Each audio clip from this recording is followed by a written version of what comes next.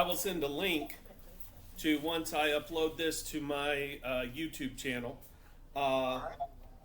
And anyway, I just want to appreciate Scott Coley and Steve Tiger, who are coming just to discuss this. And Steve, I'll let you kind of introduce yourself just a little bit, tell about who you are, books you've written, your career, and then Scott, you can kind of introduce yourself.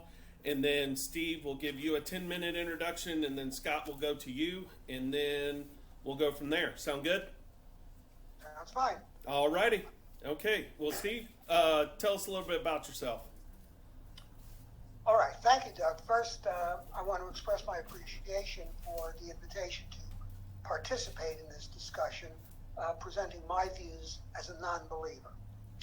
My name is Stephen Tiger. I'm 74. I'm retired now after a career of writing scientific reports and reviews for medical journals. I grew up with no religious education, no attitudes towards religion.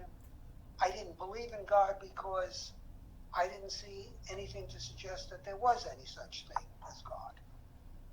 But there was a time when I was a young man that I had come across some of the teachings attributed to Jesus, and I wanted to see what Christianity was about. And I wanted to know why Christians that I met seemed very certain about things that filled me with uncertainty.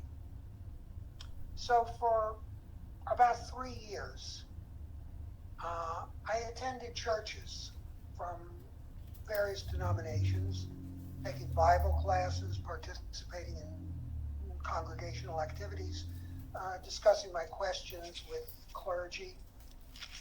And after about 3 years, I gave up because I realized that the certainty that I had been seeking was mainly dogmatism. I never found faith, but I did learn that uncertainty was not a flaw to be corrected. That's the totality of my background in religion. I have no formal education in philosophy or theology. I'm just a rational thinker. And I figure if God created me, I assume he wants me to use my intelligence and rationality. So I wrote a book called Doctrine Impossible.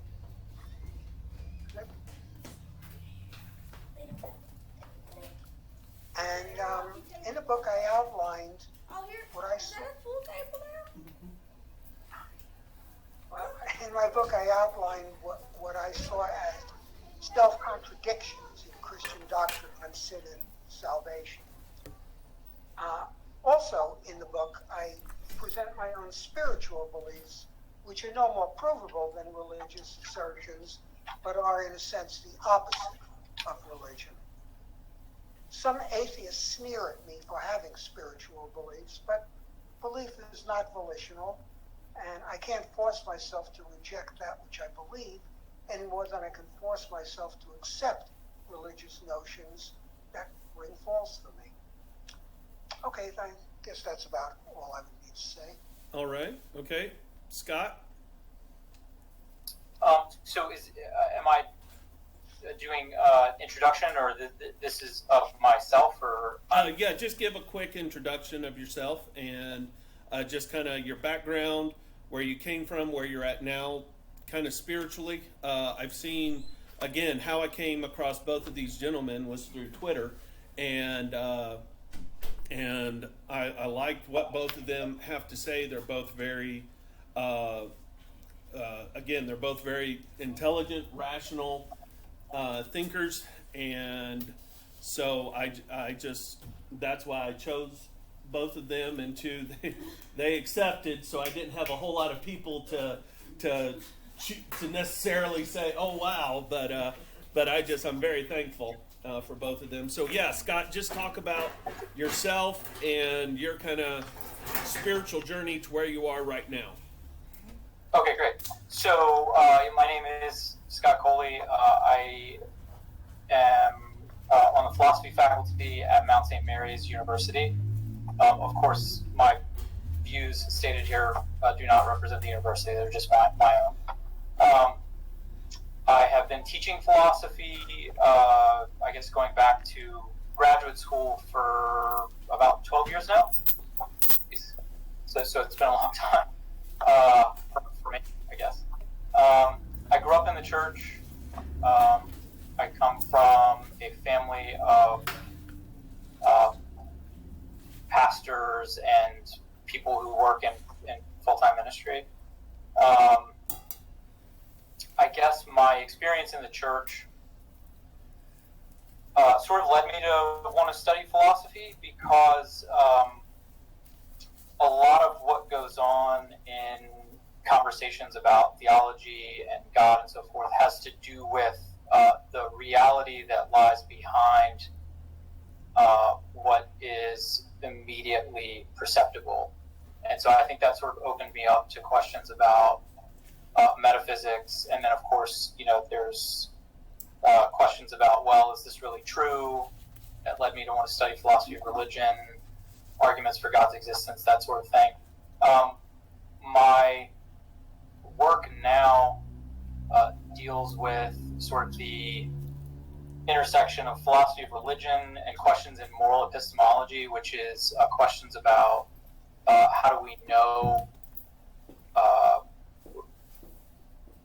how do we come to know claims about morality, and then political philosophy. And so I'm currently working on a book that deals with political philosophy and evangelicalism in the American context. So provided that gets through peer review, that will be coming out at some point in the next few years. I don't know. The process is slow, but that's what my work deals with at the moment. Okay. All right. What our overall topic for today is morality, and so Steve, I'd like for you to just kind of take us on your view of morality overall, how you come to understand it, and why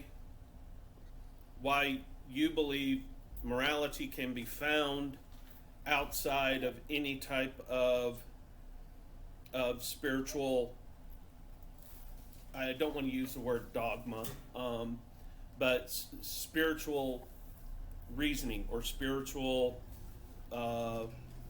rules. All right. So we're talking about morality without God. Right. So for me, the first task is to define morality and to distinguish it from legality. I think morality refers to judgmental attitudes that various behaviors are good or bad, right or wrong, and religion, however, typically attributes morality to God, and yet they cite scriptural examples that describe legality. That is to say, prohibitive rules according to the Bible, some of those rules, violation of which are punishable by death. So there is a difference between legality and morality. Legality predates religion. I think the human species soon realized that community life offered huge advantages to survival, and that certain behaviors like murder, theft, were intolerable because they're so disruptive to community life. So there were laws, as it were, whether they were called laws or not. It was understood that you're not allowed in the community to kill and to steal. And religion, I think, later came along and took those very sensible rules that people had figured out rationally on their own and attributed them to God as divine commandments. So, what is morality then as distinct from legality? Or Rather, both terms, legality, morality, both apply to actions that are considered wrong. So we should really ask, what is immorality as distinct from illegality? Well, actions that are widely recognized as incompatible with community life are illegal. But some people regard certain behaviors as wrong, even if they're not illegal. And they label such behavior immoral. And that's the distinction in my mind. Acts deemed illegal are those condemned by virtually everyone because they're intolerable to the social order of a community. Acts labeled as immoral are those condemned by some people despite the fact that they're not intolerable to the community. Now, the distinction is not really that clear and simple in real life because certain actions have been defined as illegal, but they're not really harmful. For example, interracial marriage, homosexuality were illegal until relatively recently. Other actions have never been defined as illegal, and yet they're clearly harmful. For example, cigarette smoking exposes others to secondhand smoke. The meat and dairy industry is environmentally catastrophic. So laws evolve as information on harm becomes available and as new perspectives on individual rights are considered. Moral sensibility reflects our values as a society and as individuals. What do we consider important to us as individuals and as members of the society? Different people have different values, so we have a democratic system that allows us to speak and vote for what we each believe is important. Now, where do religious beliefs fit into this picture? Religion, taking its lead from the sacred book, drives much of the moral disapproval of behaviors that are not currently considered legal. And therein is a major problem, because this theistic view is intrinsically hostile to the democratic approach to deciding which behavior should and should not come under the purview of prohibitive law. So I'm here to present an atheistic perspective on morality, but atheism is just rejection of theistic beliefs. It's not a belief system unto itself. So the atheistic perspective on any topic is really just an anti-theistic perspective. So I'll also present a secular humanist perspective, because unlike atheism, secular humanism does take a positive stance, namely that rational people, whether they're believers or non-believers, can work together applying real-world facts and reason to solve real-world problems. The opposite of secular humanism is theocracy. Dominionists claim we can't solve our own problems, and our only hope is to pray for divine guidance and deliverance and to establish the Bible, or some say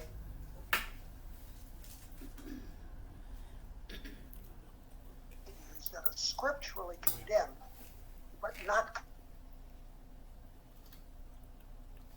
secular humanists and dominionists. Is a large number of people, many of them Christians, who are equally appalled by secular morality and by the prospect of dominionism.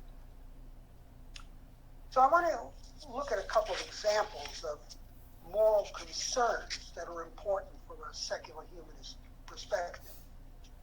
There are social justice concerns such as racism, income inequality, environmental concerns such as climate change and pollution, political concerns such as partisanship and corruption. These are real problems, but should they be considered moral issues? Well, why not? They involve people's actions, they're seen as wrong, and they're not illegal. Thoughtful Christians may share these same concerns. But personal behavior is a different matter. Moral disapproval of homosexuality, of extramarital sex, of elective abortion is more prevalent among believers than among non-believers. Well, even so, it's legitimate to ask, what's wrong with looking to Christianity or religion in general for moral guidance? Several things, from my perspective. First, from a Christian perspective, immorality arises from sin, and sin has no coherent meaning other than imperfection. This, by the way, is a main theme in the book that I wrote, Doctrine Impossible. Second, theocracy has a history of tyranny, superstition, and atrocities. In contrast, secular humanist democracies have achieved higher levels of education, health care, and quality of life. The third problem for me is that Christian claims of unchanging, objective morality are meaningless. They proclaim the authority of the Bible, yet they ignore it. Note that Christians are not out there stoning homosexuals to death, as called for in the Bible. Social and moral evolution is as real as biological evolution. Not every change is good, but change is inevitable. And my last concern is that religious morality claims to follow God's will. And again, that attitude is antithetical to the democratic process and to the First Amendment's Establishment Clause. Atheists have diverse views on morality. There is no one standard atheistic sense of what is and is not moral. But all atheists will support the secular humanist view that rational people can work together to solve problems without asking for or relying on help from an unseen deity, and without blind adherence to the moral notions of ancient cultures as recorded in the sacred book. Now, to be clear, to be fair, Christian morality is not just dominionism, it's not just about sex, it's not categorically bad. But what is good is not unique to Christianity. In fact, there is no such thing as Christian values, because the only thing that is distinctly definable as Christian, is Christian doctrine. And doctrine is not a value or a virtue or a moral issue at all. All right, thank you for considering these perspectives. All right, thank you so much, Steve. Excellent, and you were right at 10 minutes, so thank you. Thank you very much. There are some people that take that 10 minutes as just a recommendation, but you hit it right on the head, so thank you. All right, Scott, you can either reply to some of the things that Steve has said, or you can come with your own vision of morality and why God is necessary in that scope. Sure. So we'll kind of do a little bit of both, because I think that what I plan to say sort of touches on some similar themes. So that's good. So if atheism is true, then empirical science offers us the most complete picture of reality that we can hope for. So before addressing morality specifically, I'd like to begin by contrasting the subject matter of science with the subject matter of Christianity. So science describes how the world is. Chemical properties, physical laws, etc. Right? Christianity describes how the world should be, how we ought to treat one another, how our public institutions ought to function, etc. And by that, incidentally, I don't mean like dominionism. I agree with Steve that that's crazy. Okay. Hold on. We had a question real quick from one person in the audience. Sure. How would you define dominionism? Oh, so actually, this is a term that this is a view that I was unfamiliar with before entering the cesspool that is Twitter. So it also goes by the name theocracy. Okay. And the idea is that our society should be governed by the laws outlined in like Exodus and Deuteronomy. Okay. Yeah. And people who advocate for that view, by the way, I think they must be really, really unfamiliar with the way that the laws outlined there are actually supposed to produce institutions that treat the poor justly. I don't think they actually know what they're talking about. Yeah. Right? They'd be really displeased with some of the economic policies that we'd have to adopt if we were to actually do that. Yeah. In any case, are we good? Yeah, we're good. On that? We're good. Okay. All right. So,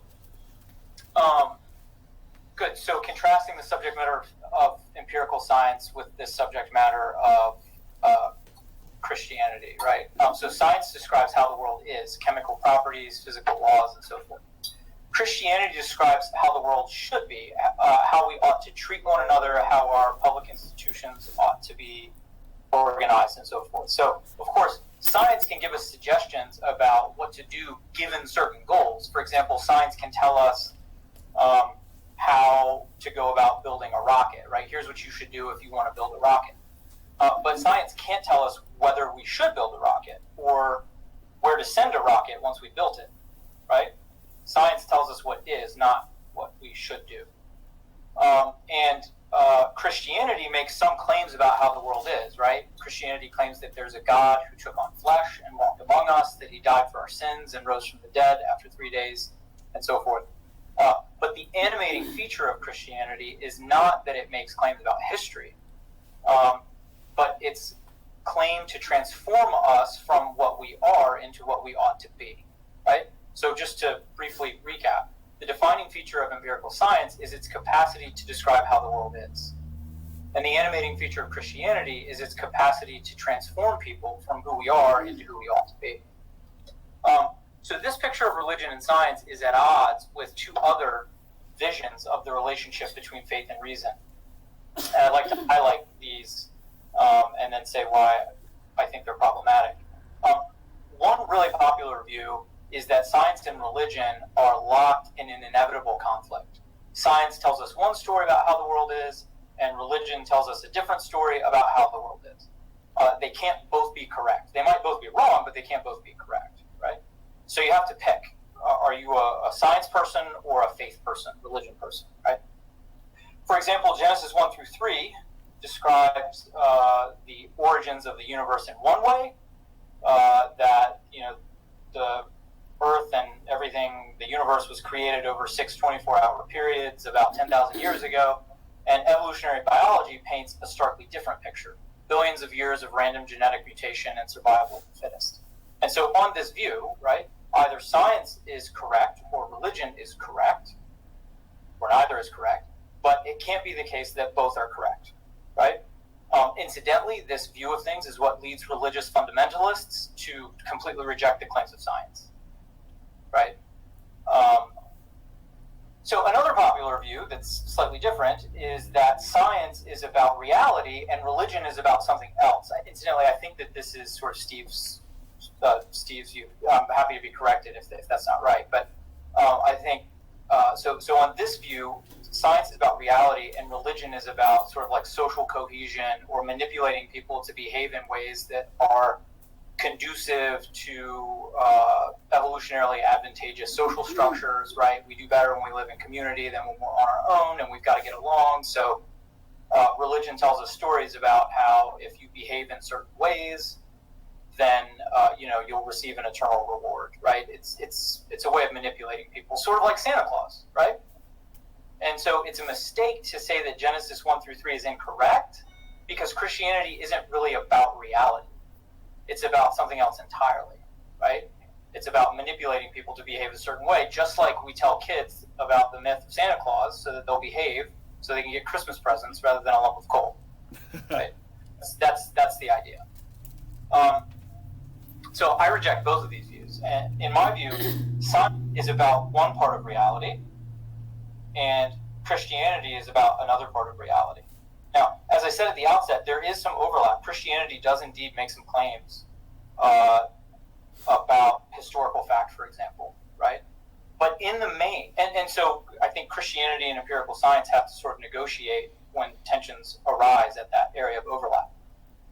But in the main, Christianity is concerned with features of reality that lie outside the scope of empirical science. How the universe began to exist in the first place, right? The role of human beings within the universe, how to go about being a good human, how to organize social institutions that are conducive to human flourishing. That's what Christianity is about. Now, here's why all of this matters. Apart from a narrative about the purpose of human life and community, all we have, so if all we have is empirical science, then all we have is a collection of disaggregated facts. Without a broader narrative that gives significance to those facts, we have no idea what's valuable. Here's a quick example.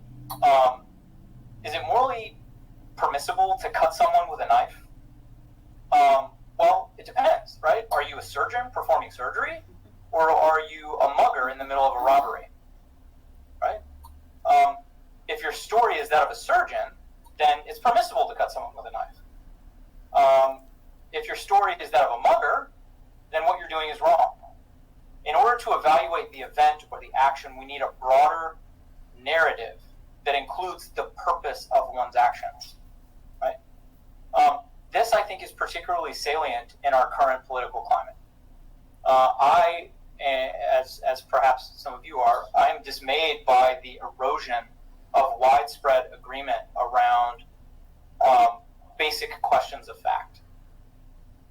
Ever since about the 16th century, the arc of the Western intellectual tradition has been toward agreement within the public sphere on basic questions of fact, and we've gotten progressively sort of better at that up to a point. Agreement in the public sphere around basic questions of fact, and the relegation of moral values to the private sphere. So over the last several centuries, it's been more and more agreement around questions of empirical fact, what happened, how does it operate, etc., and less and less do we see moral values in the public sphere. Those are sort of a private matter, right? But this is not a sustainable situation, and here's why. Without shared values, we cannot have shared purposes or projects. And without shared purposes or projects, factual agreement is irrelevant. If we all decide that it's important to come together and construct a bridge across some river, you better believe that we're going to work really hard at some kind of consensus around the criteria for what makes a good bridge and whether we're satisfying those criteria in the construction of our bridge, right? Because we want a good bridge. Yeah.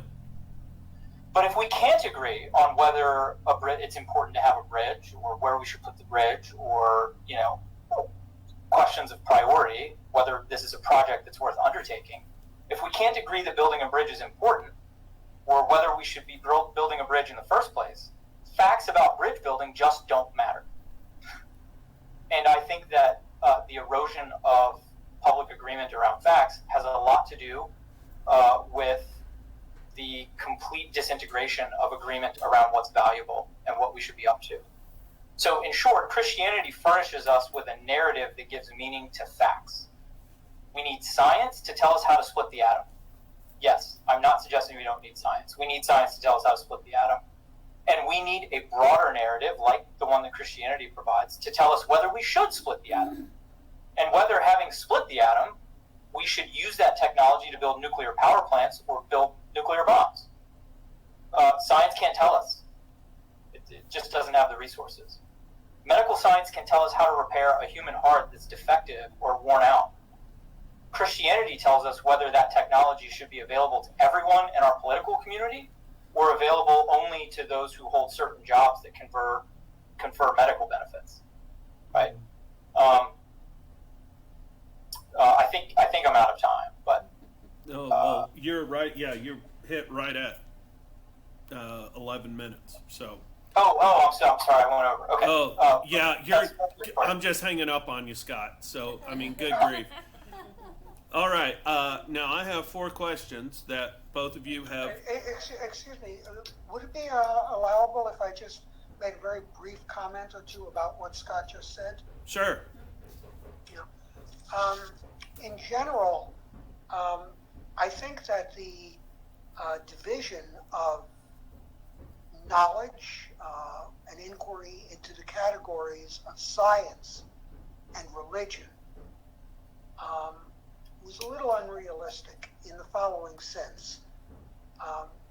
The things that are scientific, of course, are the realm of science, but values do not have to be determined by religion. There are other bases for determining what is valuable, what is moral, what is important and meaningful than religion. And we will talk about that in the question session that will be following. But I don't think that it's right to say that it's either science or religion, and that religion gives purpose to science. For example, in the bridge example that you gave, science tells us how to build a bridge, the engineering behind it. But why we should build a bridge, when we should build it, where it should be built, if it should be built at all, those are also factually accessible questions. They aren't philosophical questions. They are questions that can be determined. How will the bridge affect traffic between 2 areas? What will be the cost? What other uses could we make of the cost of building a bridge? And all of that is amenable to entirely secular analysis of information. All right, so that was the only point I really wanted to make. All right. Scott, I'll give you a chance at the end of our question time that's coming up for whatever response you would like to make. And so Okay. I do have 4 questions that I've already posed to both of you, and in a way you've already answered it. And Steve, I'm going to ask you this question because in my mind, I think this is probably the most difficult question for atheists to answer, or one of the most difficult. And so if we are a people of community, and our community all of a sudden gives us purpose and how we play a role in it, all of the people in this room, okay, are very close to me. Some are closer than others. Okay, my wife is over there to the far right, and so she is going to have more effect on how I live in community than others. Now, she's going to put up with more garbage from me than maybe other people, okay, or not, as she so willingly said, quickly said, I should say. So how is it that we, or I should say, and this is where I'm asking you specifically, because I know that these aren't ideas, or these aren't things that you can say, okay, I speak for this group. Just like I don't like it when I hear someone from the Southern Baptist Convention and then everybody will puppet those conversations. I don't like that because, in a sense, yes, you are speaking on behalf of an organization, but they're still your views. So my question to you individually is, how is it that you obtain purpose from without a God? All right, and likewise, I'm speaking for myself. I am not the designated representative of all atheists.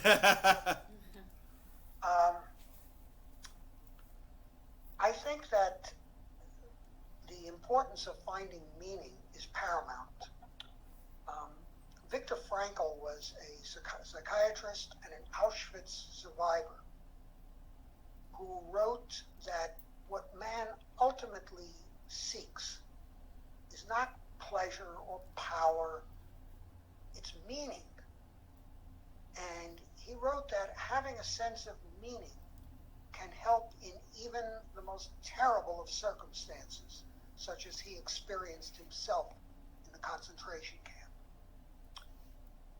I don't know how to find purpose in the sense of a method that leads logically to an answer.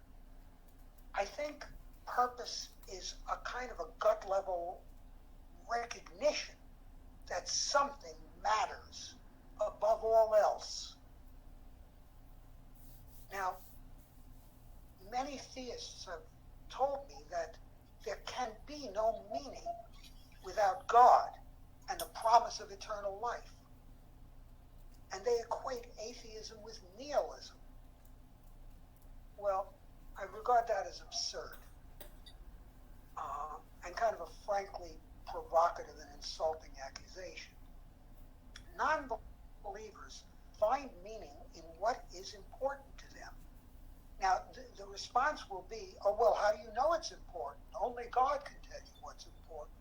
No, I know what is important to me. I know it. What I do find meaningless is theists who celebrate their own status as sock puppets for God's will and following a pre-written biblical script to direct their lives.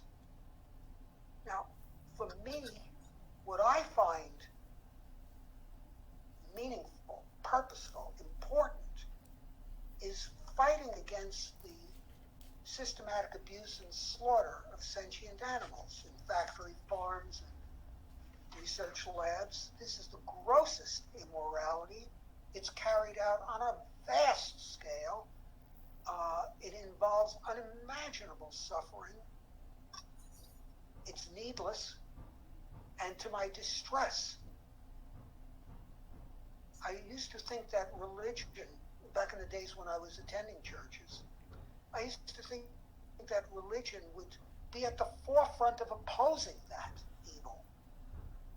And I find that, no, in fact, if anything, it condones that evil through the conceit that only man has a soul and therefore only man has moral significance. So, to the question, how do I find meaning in life? I look inside myself. I don't know any other way that one could say this is meaningful to me. Anything else is just say, well, I'll accept what somebody else tells me is meaningful. And that is not meaningful. Okay. All right.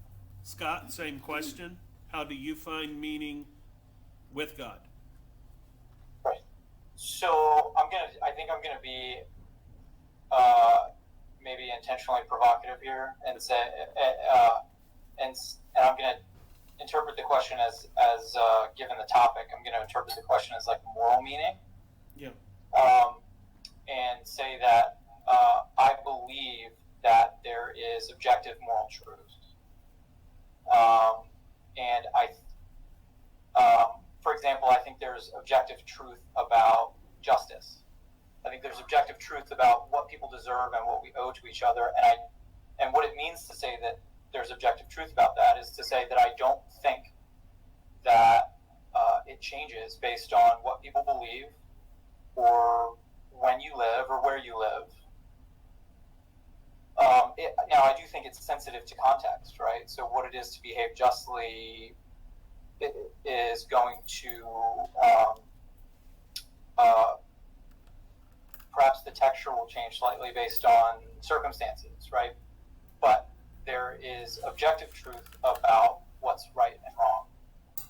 And I agree with Steve that some religious organizations are often on the wrong side of certain moral issues.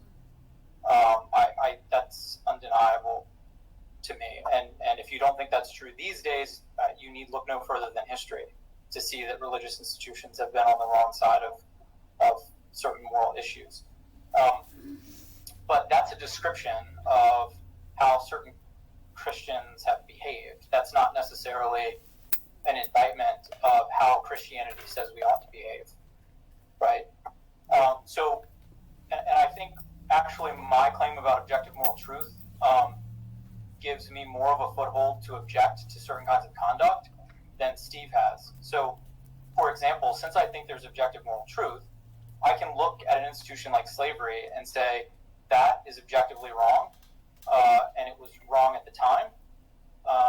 And I think that we've actually achieved some progress by doing away with the institution of slavery, or by changing our political institutions so that women have a right to vote, like we did 100 years ago in 1920.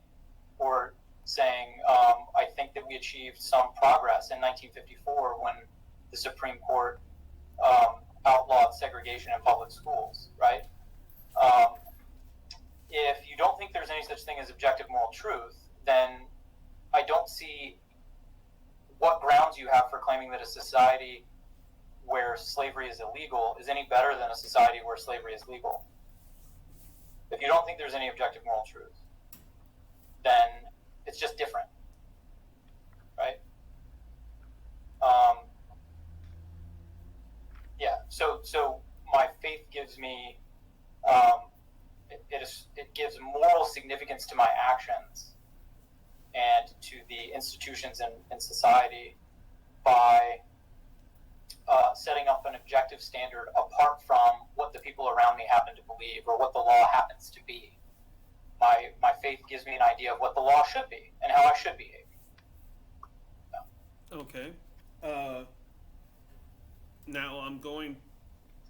My next question. Okay, I was going to. What? And both of you have given very good overviews of this, and I think these are just things that I always like to hear about what brought a person to where they are now. And so, Steve, you've mentioned it a little bit about how you have rejected, okay, the dogma of Christianity. And are you, and I'll ask this in two questions, and I'm kind of rephrasing what I sent you earlier. And if you don't want to answer it this way, then by all means. But when you've rejected Christianity, do you see yourself open to other religions? And if so, which one? And then the second part of it is just, I am a logical thinker, okay, in how I approach things. I do, based on my Myers-Briggs assessment, is that I do tend to be on the emotional side a lot, but I still have a lot of kind of these rules and these things kind of lead us into where we're at. So, Steve, what are the legal, or not legal, but what are the logical steps that you have taken to come where you are? And if you aren't open to Christianity, is there a religion that you would be open to? If we define religion as, in the broadest possible terms, as belief in some supernatural deity who watches over human affairs, no, I'm not open to that. Okay. I do have, as I said, certain spiritual beliefs, which I outline in my book, but they don't correspond in any way to what we think of as religion. Well, certainly not to any of the monotheistic religions or the polytheistic religions of the world, at least none that I'm familiar with. So how do I get to my position? Your original question was, what logical progression led me to where I am? I don't think that there was any logical progression in that I didn't think about rational steps that said, well, this and then therefore that, and so I conclude something else. I think that purpose has to be purpose, meaning our sense of right and wrong has to come from within ourselves. We can accept that certain things are illegal because they are agreed upon by society as illegal. They have been outlawed, they have been criminalized. So I can accept that even if I don't necessarily sympathize with that designation. Certain things that I think should be illegal are not. Certain things that are illegal I think should not be. But as far as morality is concerned, there is, I think, a false notion that unless we take a religious sense of morality, and honestly, a religious sense of morality all too often comes down to what does the sacred book say? That without it, that morality has no meaning. It has no basis. It could mean anything. It can accept anything. No, that's not true. I think the faulty thinking in that attitude is twofold. One is the notion that objective morality is unchanging morality. It said it in the book. It still says it in the book. It is unchanging. No, something can be objectively true, and yet it can be subject to evolution. It can change. What was moral in certain societies is not moral in others. So the question is, how do we know? Well, it is situational. We live both as individuals and as members of a society. If I think that it is moral to stone homosexuals to death, then am I immoral if I refrain from doing it? Now that can't be. And the second reason why I challenge this notion of scripture-based morality as an objective basis is that there has been such a thing as what's called natural law. We don't hear that phrase used too often, but the clearest example of it would be what's called the ethic of reciprocity. And a lot of people think of that as, oh, the golden rule. Well, that's one example of it. It's not the only. It has been independently formulated by virtually every society on Earth in history. In fact, the golden rule is simply the reverse wording of, in Christian terms, of what was in Jewish thought, worded as that which your neighbor finds abhorrent, don't do that. Now that's an example of objective morality. It's not contingent upon religion in general, certainly not on any one particular religion, but it has validity across human society, and it doesn't change. The ethic of reciprocity has stood the test of time very well. So I don't think that it's right to say that there is no objective morality without religion in general or specific religion. Now, people seek power, money, pleasure, but these things are unsatisfying because people have these things and yet they're still searching. Well, what are they searching for if not meaning and purpose? And how else can we know what's meaningful and purposeful other than by looking within ourselves? If we say that something is meaningful and valid, moral, because it says so in an ancient book, that's not me saying that. That's just me reciting what's in a book. The point was also made that we need to share our sense of purpose as members of a community. Not exactly. We can't have mutually contradictory goals all fought for to the point of violence. The main thing we have to agree upon is a system for sorting out how we can work towards our individual goals. I mentioned what was my goal about ending the immorality of animal abuse. This is something that I have always known instinctively inside myself. It doesn't mean that other moral people can't have completely different goals. They may be perfectly valid goals. It's more things that are more important to them, and that's fine. The only thing we have to agree upon as a society, not that we share the same goals, but that we share an agreement as to how to implement diverse goals without conflict with each other. I have a question for him. All right, for Steve or for Steve. Scott? All right, we have a question from the audience. Okay?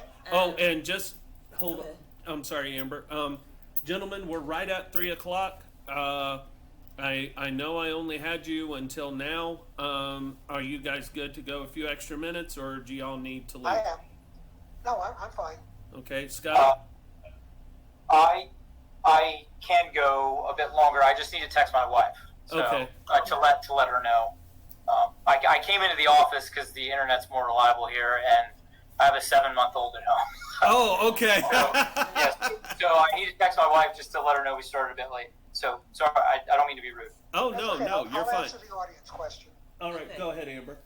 Regarding animal abuse, excuse me, I was wondering if you think, what you think that they shouldn't be factory farmed, which I also agree with, and am kind of into animal rights, but is it because they're sentient like humans, or do you think they have a soul?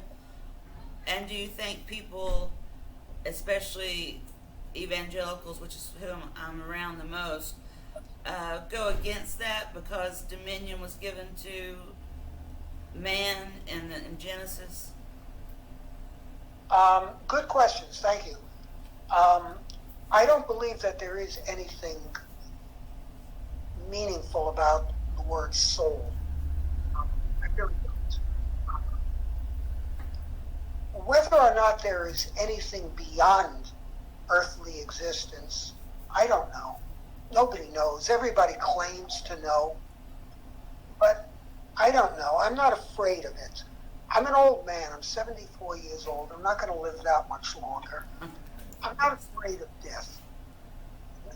You know, and it's not that I have a belief in or trust in the idea of an afterlife.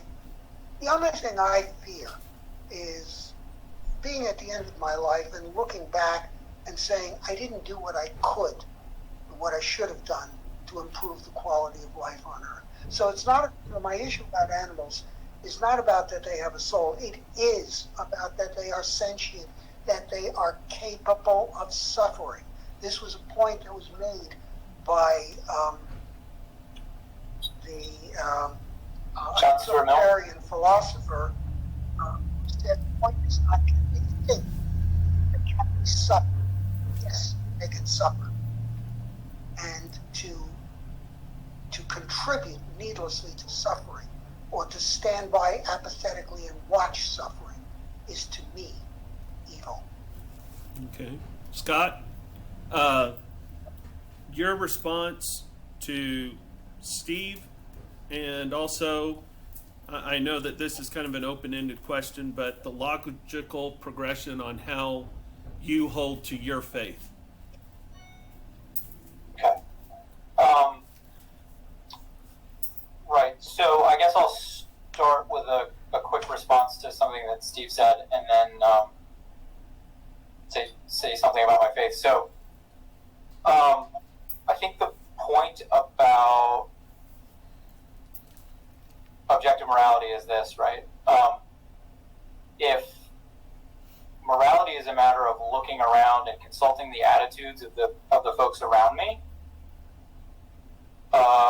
then it's not exactly clear what the motivation is for positive change in moral terms, right? So, for example, it's 1860, or we'll take a simpler example. Suppose it's 1919, right? Women don't have the right to vote in federal elections. That's the law, right? And so if I go to those around me and I say, hey, you know what? Actually, women should be allowed to say what they think about how our political community is governed, right? They should have a voice. And so it's wrong that women aren't permitted to vote in federal elections. It's not exactly clear what I mean by that. If wrong simply means, whatever the prevailing view is, right? Or what the law happens to be. Yeah. And it's unclear why those who disagree with me should change their mind about it, right? If it's just a matter of whatever the prevailing view is, that's what is morally good, then it's not clear what the motivation is for change, right? I hope that response makes sense. As far as my own journey, so I became a believer at a very young age, and my journey has been one of, I guess, a gradually changing understanding of what my faith is and what it entails. For example, I guess when I was a really young person, I guess I'm still a young person, relatively speaking, but when I was a child or like in high school, I held certain, pretty, I think standard for the time, like conservative positions on politics. Like I would say I was like a libertarian, my views on a number of things have changed, and I have to credit my faith for changing my mind about certain things. Like when I look around and see the opportunities that I've been given and the ways in which my life could have gone much worse than it has, and then ask myself, well, why is it that I have the opportunities that I have, and other people who work hard and do the right things find themselves in dire circumstances. I don't accept the notion that it's just because God loves me more, right? And so I think part of what my generation of believers should be about is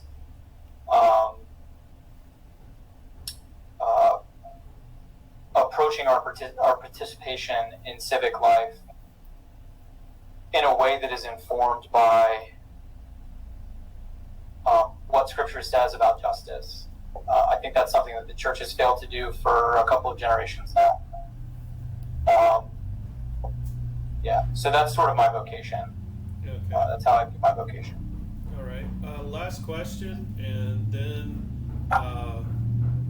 I'd like and this is the question that I think, Steve, the hardest answer or the hardest question that you receive is, where do we find purpose?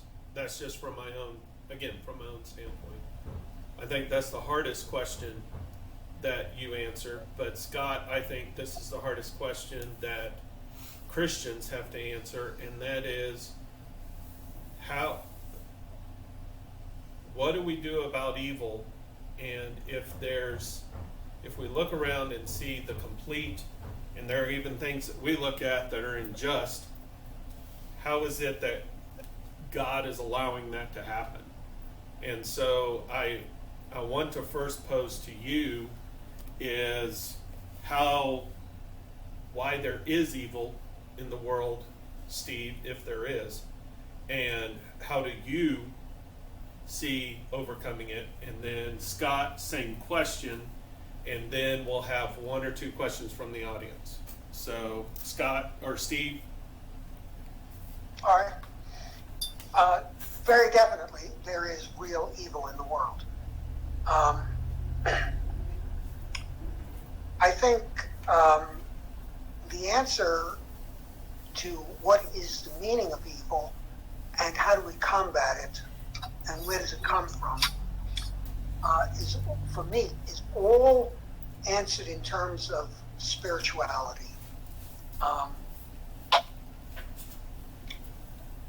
Spirituality is a fuzzy kind of word. It's very difficult to define, loads of different definitions. For me, it is my instinctive sense that all sentient life is connected as if by a web. I'm not talking about a physical structure.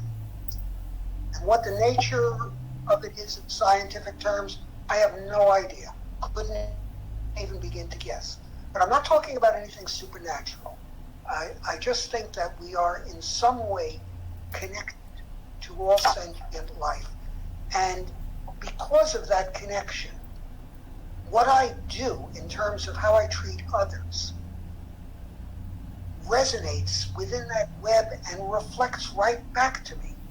So if I hurt someone, some other sentient being, a person, an animal, that hurt reflects back to me. And when I'm aware of that, it's very difficult to cause hurt. And this, by the way, for me, is the very simple means of how do I know what's moral and what's not moral. If I have caused needless hurt, or if I have ignored the existence of needless hurt, that's evil. It's my responsibility as a sentient person, as a responsible adult, as an alive person, to try to minimize needless hurt. So evil can occur when that web is broken or rendered paralyzed or sclerotic, so that there is no resonance back. People are isolated in their actions and do not experience what they do to others. And in that sense, they are capable of great evil. So how do we fight it? We fight it by recognizing that spiritual aliveness, the awareness and embrace of our connectedness to other living beings, to other sentient beings. That aliveness is more challenging than spiritual coma. Spiritual coma is easy. It takes no effort at all. And so it has kind of a seductive allure. It represents kind of a mental and moral laziness. You mentally and morally snore through life and are not affected by anything that goes on with other beings. We fight that by purposefully acting in a loving and compassionate way in all our actions. And then aliveness becomes kind of our habitual state when we do that. And we minimize evil in that way. Now, by the way, I'd like to mention that I think that these perspectives are actually quite harmonious with certain teachings attributed to Jesus. For example, in his teaching about being as a child to enter heaven. I think that he's talking about children having an instinctive aliveness, but too many adults have buried their aliveness under judgmental attitudes and resentments. And how we treat those in need reflects compassion. And compassion is the actual living expression of acting through awareness of our connectedness to others. And that's what really brings us back full circle to this question of morality. When we are spiritually awake and alive, we do not cause needless harm. All right. Thank you, Steve. Scott, same question. Yeah, so two answers. The first of which is that I do think that there is evil, and I think that it's a problem for theism generally and Christianity in particular. That is, I think the best we can hope to do, as far as I can tell, is to ask what the fact that God created the conditions for the possibility of evil, what that tells us about why God created us and what we're supposed to be about. As far as explaining to the satisfaction, particularly of non-believers,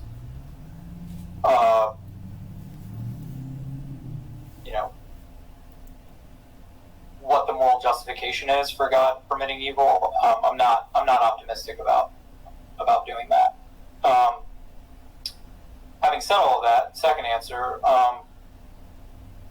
if there is no God and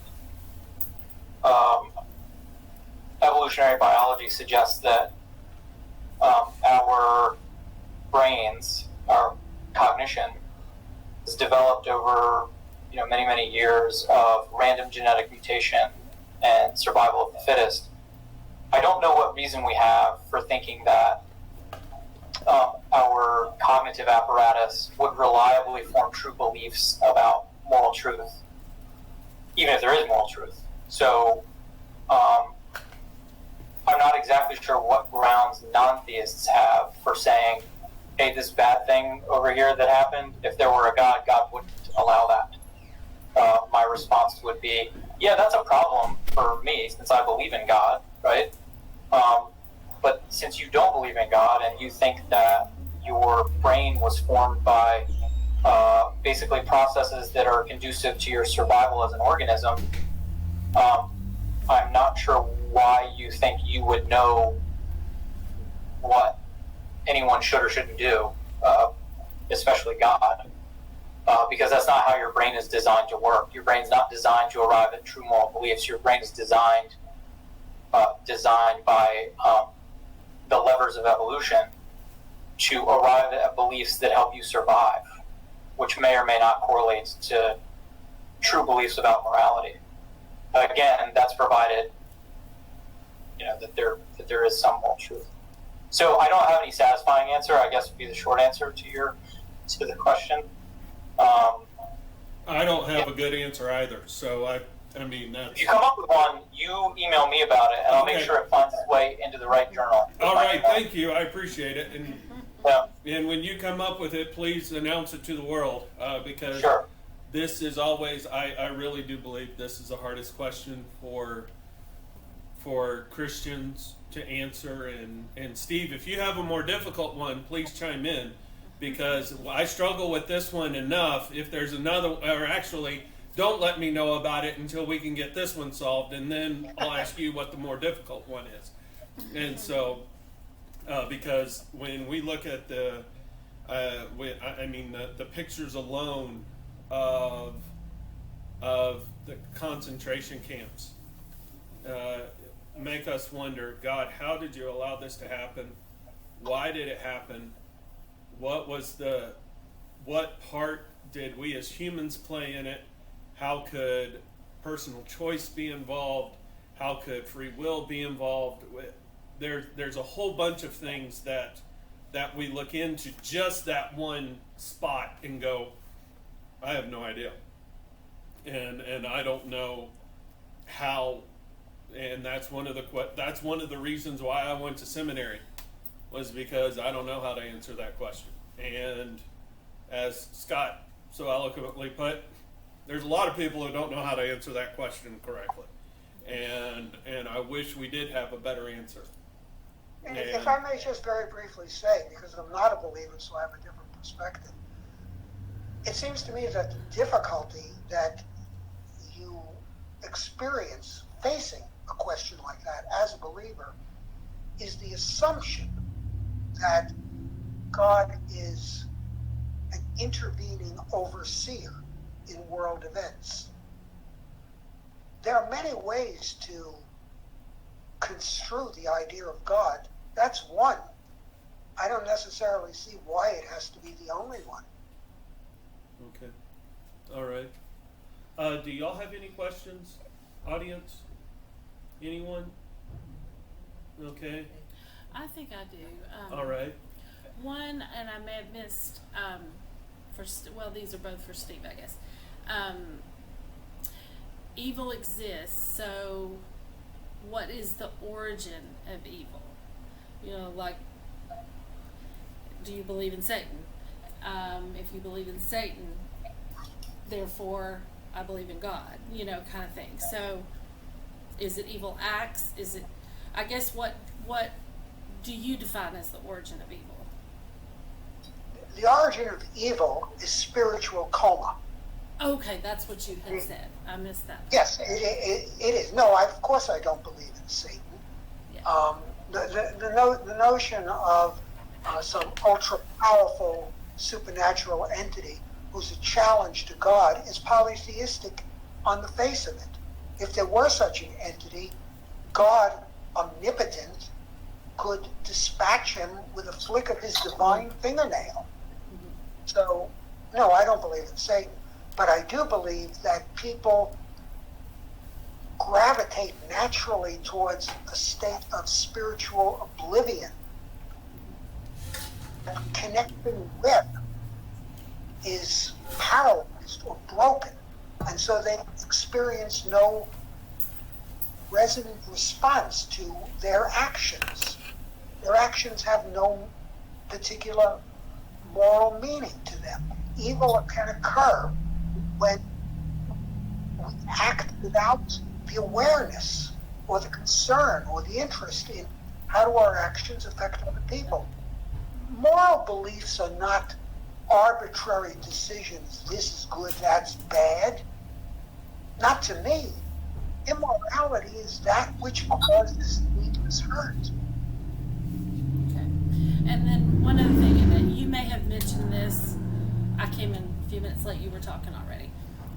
But you had mentioned at one point that back when I was going to churches, I was wondering what your background was in church, or, you know, and based on that, and you mentioned Jesus at one point, I was wondering if you had ever been at a point in in church where you did make a profession of faith, and then change from that, or if that never happened, or what your background was.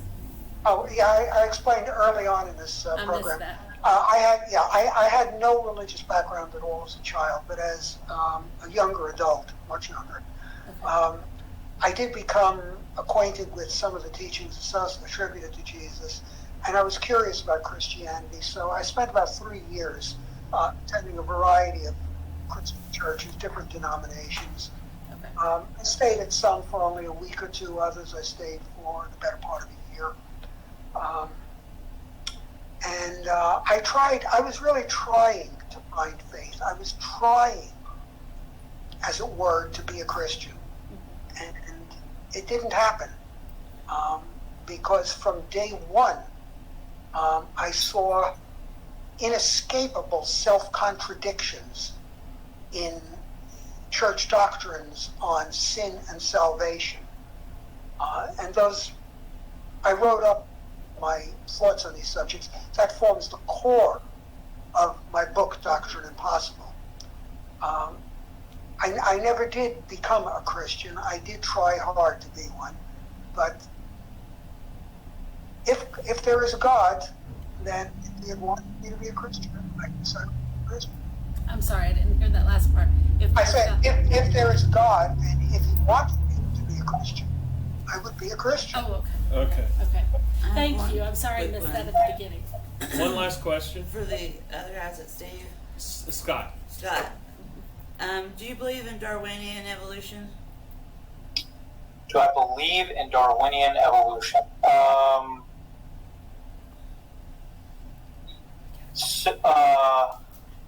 Yeah, so I don't think that Darwin's particular views, right, are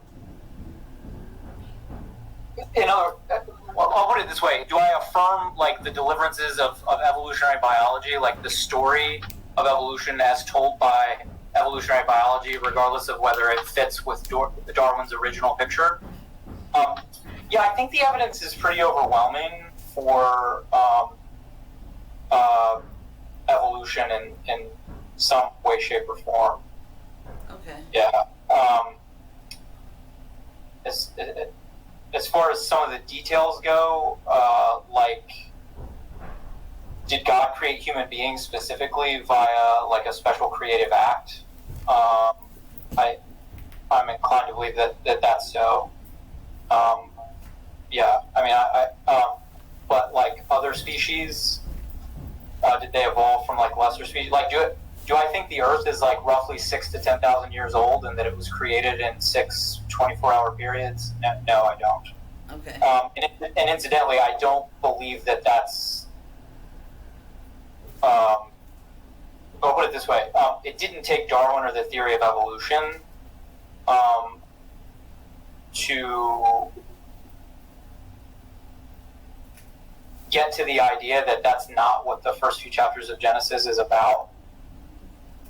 It turns out that long before Darwin, Christians, and before Christians, there were Jews who didn't read the text that way. Right? Okay. So Yeah, is it sorry for kind the of- roundabout kind of answer, but That's fine. That's good.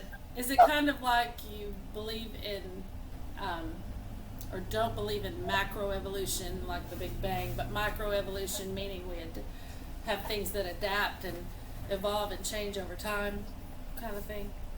okay, so my understanding of those terms is that the term microevolution denotes a situation where things evolve within their species, but they don't turn into like something that we would call a different I species. think that's the way I understand it. Right. Yeah, so I think the evidence for macroevolution is pretty overwhelming. But as far as the Big Bang goes, right, like the Big Bang actually, I mean, this is kind of getting in the weeds with like some like cosmology and the field of like philosophy and religion, but the Big Bang is generally regarded, I think, in the current sort of state of the literature as evidence on behalf of some kind of outside creative force, which is to say that's actually at this point considered evidence for theism, like the idea that the universe started to exist at a particular moment is actually evidence for the existence of God. I absolutely affirm that however we got here, God created us, right? I think that's the point of the narrative in Genesis, is that, look, if God wanted to create the universe in 6 24-hour periods just by speaking it into existence, he could have done that. I just, because of, the sort of record of the earth, and it just looks like the way things are, I don't happen to think that that's how God did do it. Because I don't think that's what Genesis is telling us, and it's certainly not what science tells us. If I may just add, all the time. What's that? if I can add just a very brief Sure. comment. By all means, and this is where I think we'll have to end, Steve. Yeah, just very briefly, the subject of evolution in scientific terms and cosmology, the beginning of the universe, is outside the realm of today's discussion, but certainly a fascinating topic for some future discussion. I'll just say very, very briefly, there's a tremendous amount of religious misunderstanding of what evolution means. The scientific meaning of evolution is not one species turns into another. It is continual, gradual, micro change in genotype. That's all it means.